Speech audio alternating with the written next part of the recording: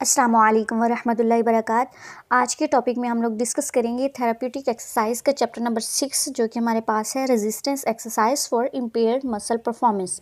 इसमें एक टॉपिक है जो कि आइसोकाइनेटिक एक्सरसाइज है। इससे पहले हम लोगों ने जितने भी टॉपिक थे वो डिस्कस किए थे। कुछ टॉपिक रिमेनिंग है हमारे पास जो कि मैं अब कंटिन्यू करने लगी हूँ। उसमें से सबसे पहले हम लोग आज आइसोकाइनेटिक एक्सरसाइज को डिस्कस करेंगे। तो इसमें बच्चों जो बुक में दिया हुआ है वो काफ़ी लेंथी दिया हुआ है, तो मैंने कुछ इंपॉर्टेंट पॉइंट्स आपको इस तरह से निकाल के लिखे हैं हेडिंग्स दे के कि आप लोग पेपर पॉइंट ऑफ व्यू से अगर आपका SCQ आता है 5 मार्क्स का या फिर LEQ आता है आपका 15 मार्क्स का, तो आप इजीली अटैम्प्ट कर सको। ठीक है, तो इसमें बेटा सबसे पहले आइसोकाइनेटिक एक्सरसाइज में आप लोगों ने थोड़ा सा उसको डिफाइन कर देना है। लाइक जैसे हम कहते हैं कि इंट्रो दे दिया। इंट्रो में अब क्या है, आइसोकाइनेटिक एक्सरसाइज आपको पता होना चाहिए ये है फॉर्म ऑफ डायनामिक एक्सरसाइज। ठीक है, डायनामिक एक्सरसाइज जैसे कि आपने सबसे पहले 2 टाइप्स पढ़ी थी एक्सरसाइज की। एक हमारे पास था आइसोमेट्रिक एक्सरसाइज और दूसरा था डायनामिक एक्सरसाइज।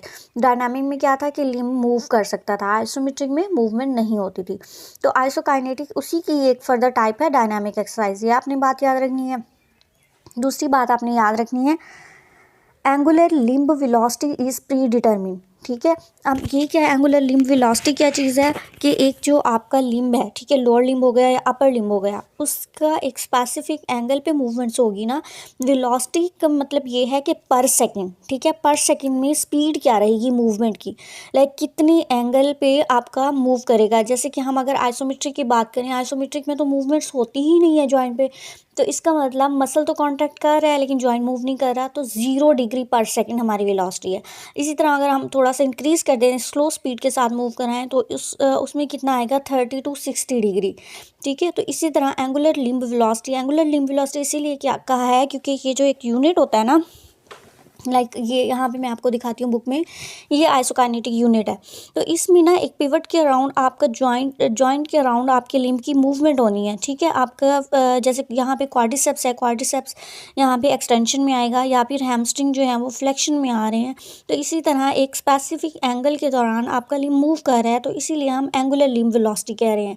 ठीक है, ये एक यूनिट होता है, ये एक इक्विपमेंट है जो कि यूज़ किया जाता है इसके लिए, आइसोकाइनेटिक एक्सरसाइज के लिए। तो इसको हम मैनुअली नहीं कर सकते, क्योंकि अगर मैनुअली करेंगे तो हमारी जो वेलोसिटी है या स्पीड है वो स्पेसिफिक नहीं रहेगी, कांस्टेंट नहीं रहेगी।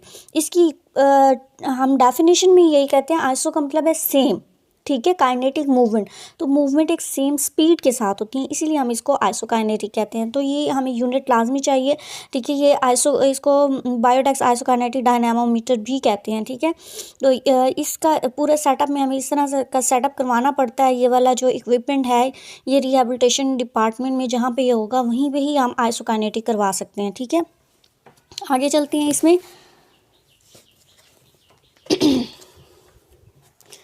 अब इसमें बात करते हैं करेक्टरिस्टिक्स ऑफ आइसोकाइनेटिक ट्रेनिंग। जैसे हर एक्सरसाइज की कोई ना कोई करेक्टरिस्टिक्स होती हैं। जैसे कि हमने इससे पहले डायनामिक एक्सरसाइज की पढ़ी थी, तो इसी तरह हम इसकी भी पढ़ेंगे। कुछ पॉइंट्स 5 से 6 पॉइंट्स हैं हमारे पास जो हम डिस्कस करेंगे, जो आपने याद रखने हैं। सबसे पहले आपको बात बताई कि ये कांस्टेंट वेलोसिटी होती है। ठीक है, इससे पहले 2 पॉइंट्स यहाँ पे डिस्कस करने में भूल गई थी। एक ये कि इसमें जो वेलोसिटी है मसल शॉर्टनिंग और लेंथनिंग की, वो कांस्टेंट रहती है। कांस्टेंट का मतलब स्पीड जो है, मसल लेंथन हो रहे हैं चाहे शॉर्टनिंग, तो उसमें कांस्टेंट रहेगी, वेलोसिटी स्पीड चेंज नहीं होगी। ठीक है, आइसोकाइनेटिक डायनामोमीटर ये मैंने बता दिया, इस इक्विपमेंट को कहते हैं, इसका नाम है। और also called accommodating resistance exercise. ठीक है, क्योंकि ये है तो टाइप रेजिस्टेंस की, लेकिन इसमें क्या है कि हम कोई स्पेसिफिक रेजिस्टेंस दे नहीं रहे।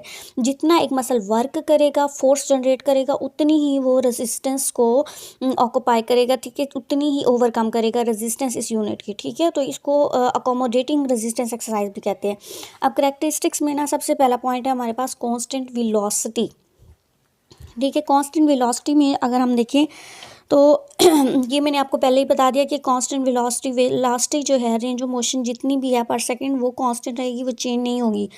जैसे हम वॉक कर रहे हैं, ठीक है, वॉक ऐसे वॉक कर रहे हैं तो वॉक के दौरान हमारी कंटिन्यूसली चेंज हो रही है, ठीक है, चेंज होती रहती है वेलोसिटी। कभी हम फास्ट स्पीड से चलते हैं, कभी स्लो स्पीड से चलते हैं, ठीक है, डिफरेंट होती रहती है।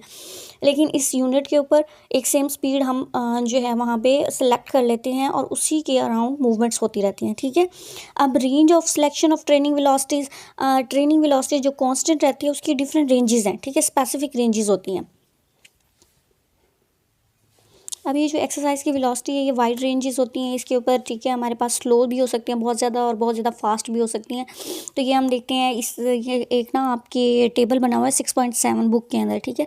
तो ये आप उसमें भी देख लीजिएगा, आपको मिल जाएंगी। फ्रॉम ज़ीरो पर सेकेंड से लेते हैं, जिसको हम कहते हैं 0 पर सेकेंड से लेकर 500 पर सेकेंड तक हमारी वेलोसिटी हो सकती है।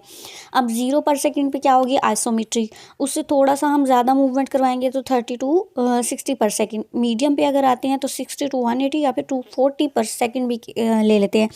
जैसे कि ये जो सिलेक्ट की जाती है ना वेलोसिटी, वो आपके फंक्शन या टास्क के अकॉर्डिंग की जाती है। लाइक आपका टास्क कौन सा है, लाइक वॉकिंग है, तो वॉकिंग में जो है आपकी या फिर लिफ्टिंग, इसके दौरान आपकी जो एवरेज वेलोसिटी होती है ना वो आपकी कितनी होती है, 240, ठीक है, 230 डिग्री टू 240 डिग्री होती है। तो वो हमारी किस कैटेगरी में आएगी, वो इसमें फास्ट में आ जाएगी, ठीक है। तो फास्ट वेलोसिटी हम सेलेक्ट कर लेंगे। तो हमने जिस तरह की एक्सरसाइजेस करवानी है उसके अकॉर्डिंग सेलेक्ट कर लेनी है वेलोसिटी, ठीक है। Selection of velocity depends upon demand of functional task, यही बात मैंने आपको बता दी। Training velocity is also depend on mode of exercise, ठीक है। अब ट्रेनिंग की वेलोसिटी डिपेंड करती है आपने मोड कौन से सिलेक्ट किया, आपने मसल्स को कंसेंट्रिकली वर्क दिया है या इसेंट्रिकली। तो कंसेंट्रिक में जो है हमेशा वेलोसिटी ज़्यादा होती है इसेंट्रिक से। तो ये इसमें की ये करेक्टरिस्टिक्स है, ठीक है। इसके बाद हम फर्दर देखते हैं कौन सी करेक्टरिस्टिक्स हैं। अच्छा, इसकी जो दूसरा पॉइंट आता है reciprocal VS isolated muscle training, ठीक है। इसमें जो हम मसल को ट्रेन करवा रहे हैं वो उसमें हम किसी मसल को, स्पेसिफिक मसल को भी करवा सकते हैं, ठीक है, या उसके ऑपोजिट मसल को भी करवा सकते हैं। रेसिप्रोकल जैसे कि हम अगर देख लें तो क्वाड्रिसेप्स है, क्वाड्रिसेप में हम कंसेंट्रिक कंट्रैक्शन करवा रहे हैं, लाइक शॉर्टनिंग हो रही है, कंसेंट्रिक कंट्रैक्शन हो रही है। इसी तरह हम उसका जो ऑपोजिट मसल होगा हैमस्ट्रिंग, उसकी भी कंसेंट्रिक कंट्रैक्शन करवा लेते हैं। या फिर अगर हम आइसोलेटिवली कराना चाहते हैं तो हम क्वाड्रिसेप्स की कंसेंट्रिक करवाते हैं, उसके साथ हम क्वाड्रिसेप की दोबारा से इसेंट्रिक करवा लेते हैं, ठीक है। तो ये आइसोलेटेड वर्क हो जाएगा। पहले हमने कंसेंट्रिक करवाई, फिर हम इसेंट्रिक करवा देते हैं। फिर आता है स्पेसिफिसिटी ऑफ ट्रेनिंग। ये सेम वही पॉइंट है कि आपकी जो ट्रेनिंग जितनी हमें वेलोसिटी चाहिए, ठीक है, उसके अकॉर्डिंग स्पेसिफिकली हम उसी मसल को, स्पेसिफिक मसल को ट्रेन कर सकते हैं, ठीक है, एक स्पेसिफिक वेलोसिटी पे। तो वेलोसिटी स्पेसिफिक फॉर आइसोकिनेटिक ट्रेनिंग, तो इसका ये एक पॉइंट आप लिख सकते हैं। इसी तरह एक और पॉइंट है compressive forces on joints. Compressive forces are less at faster angular velocity, ठीक है। कंसेंट्रिक वर्क में इस तरह हो रहा होता है कि आपका फोर्स आउटकम डिक्रीज हो रहा होता है, ठीक है। तो जब हम कंसेंट्रिक वर्क जो है वो हाई स्पीड पे करवाएंगे, बहुत ज़्यादा हाई फास्टर एंगुलर वेलोसिटी के साथ, तो कंप्रेसिव फोर्सेस जो हैं वो कम से कम होंगी, ठीक है। इसी तरह अकोमोडेशन टू फटीग एक पॉइंट आता है। इसमें क्या है कि हम resistance encounter is directly proportional to force applied. अब इसमें कोई स्पेसिफिक रेजिस्टेंस नहीं दी जाती, जितनी आप एक पेशेंट जो है या पर्सन है वो इस यूनिट पे फोर्स अप्लाई करेगा उतनी ही वो इनकाउंटर करेगा रेजिस्टेंस को। तो इवन अगर मसल फटीग भी हो जाए फिर भी वेलोसिटी सेम होने की वजह से आप अगर फोर्स जनरेट कर रहे हैं, आपकी विल पावर है, तो आप एडिशनल रेपिटेशंस कर सकते हैं इसके ऊपर, ठीक है, आर पॉसिबल। अच्छा, नेक्स्ट हमारे पास पॉइंट आता है आइसोकिनेटिक एक्सरसाइज के ट्रेनिंग इफेक्ट्स क्या हैं और इसकी लिमिटेशंस क्या हैं, ठीक है। ये अलग से भी आपको 5 मार्क्स का क्वेश्चन बन के आ सकता है या फिर एमसीक्यूज में भी पूछा जा सकता है, ठीक है। आइसोकिनेटिक ट्रेनिंग अगर जब भी आप देते हैं तो इससे आपकी muscle improve, muscle strength improve, muscle power और इंप्रूव मसल एंड्योरेंस, मसल की स्ट्रेंथ, पावर और एंड्योरेंस इंप्रूव होती है। लेकिन लिमिटेड डाटा है, रिसर्चेज हैं इसके ऊपर कि फंक्शनल स्किल्स इंप्रूव होती है या नहीं होती, लाइक आपका फंक्शनल टास्क जो है वो इंप्रूव होता है या नहीं। क्योंकि अल्टीमेटली अब आपकी स्ट्रेंथ और पावर और एंड्योरेंस जो है वो बिल्ड हो रही है, तो उससे आपकी फंक्शनल स्किल्स भी अच्छी होती हैं। लेकिन इस पर डेटा बहुत कम है, रिसर्च का जो डेटा है वो बहुत कम है। तो ये इसके ट्रेनिंग इफेक्ट हो गए। और एक चीज़ आप याद रखिएगा, ये जो ट्रेनिंग है आइसोकिनेटिक की हमेशा रिहैबिलिटेशन के एंड पर दी जाती है, ताकि आप फर्दर मसल की पावर और स्ट्रेंथ को इम्प्रूव कर सकें जो आपने पहले ले चुके हैं, ठीक है। तो बिल्कुल रिहैबिलिटेशन के एंड वाले सेशन में हम जाके इसको, ये वाली ट्रेनिंग जो है आइसोकिनेटिक करवाते हैं, इनिशियली नहीं करवा सकते इसको। इसके बाद इसकी लिमिटेशंस क्या हैं, लिमिटेशन ये है कि velocity of limb movement during daily task and sports for exceed the maximum velocity available in setting. ठीक है, अब आपने देखा जैसे मैंने आपको पीछे टेबल 6.7 में बताया था कि स्पेसिफिक वेलोसिटीज़ होती हैं, रेंज होती है 0 to 500 तक रेंज होती है, लेकिन आपकी कुछ जो स्पोर्ट्स में एक्टिविटीज़ हैं या डेली लिविंग की एक्टिविटीज़ हैं उसमें आपकी वेलोसिटी इससे भी ज़्यादा हो जाती है। तो फिर ये आप उसके साथ मैच नहीं कर सकते, टास्क स्पेसिफिक आपकी वेलोसिटी हो नहीं सकती, तो ये इसकी एक लिमिटेशन है। दूसरी लिमिटेशन ये है velocity of limb movement during daily task occur at multiple velocities. अब ये देखिए हम डिफरेंट टास्क कर रहे हैं, हम वॉक कर रहे हैं, रनिंग कर रहे हैं, जॉगिंग कर रहे हैं या स्टेयर्स क्लाइंबिंग या कुछ भी, तो इसमें ना आपकी कोई स्पेसिफिक वेलोसिटी नहीं होती, एक ही टाइम पे एट अ टाइम आप मल्टीपल वेलोसिटीज़ पे वर्क कर रहे होते हैं। तो लेकिन यहाँ पे आइसोकाइनेटिक में वेलोसिटी तो सेम रहती है, तो ये भी इसकी एक लिमिटेशन है कि ये मल्टीपल वेलोसिटीज़ को कवर नहीं करता।